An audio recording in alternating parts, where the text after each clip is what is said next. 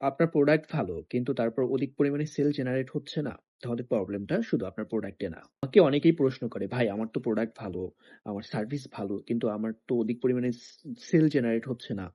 আমি তাদেরকে একটা প্রশ্ন করি, "ভাই আপনার প্রোডাক্ট যে ভালো এটা কি কাস্টমার জানে? আপনার প্রোডাক্ট কি প্রবলেম সলভ করতেছে এটা যদি সঠিকভাবে আপনি আপনার ক্লায়েন্ট, কাস্টমার, হ্যাঁ? অডিয়েন্স এর কাছে না পৌঁছাতে পারেন, তাহলে আপনার প্রোডাক্ট যতই ভালো হোক না কেন, তাহলে কাস্টমারের কাছে এটার কোনো ভ্যালু নেই। মানুষ ভালো প্রোডাক্ট কিনে না, মানুষ তার প্রবলেম সলভ এর জন্য ভালো একটা সলিউশন চায়।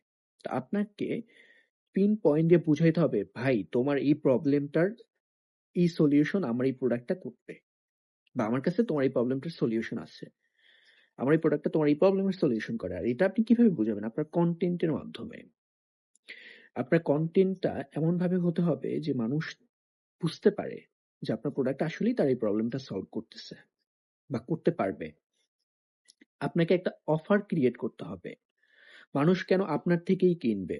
প্রোডাক্ট তো সবার কাছে আছে। এই ট্রাস্ট তৈরি করতে হবে। যে ভাই আসলেই আমি বিশ্বস্ত একটা প্রতিষ্ঠান।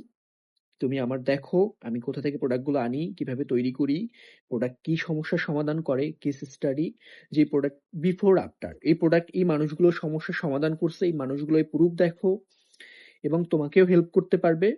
এরকম একটা তাদের ট্রাস্ট তৈরি করতে হবে। আপনার এই যে মেসেজটা আপনার প্রোডাক্ট প্রবলেম সলিউশন করতে পারে, এই ব্যাপারটা মার্কেটিং এর মাধ্যমে আপনার অধিকতর মানুষের সামনে পৌঁছায় দিতে হবে।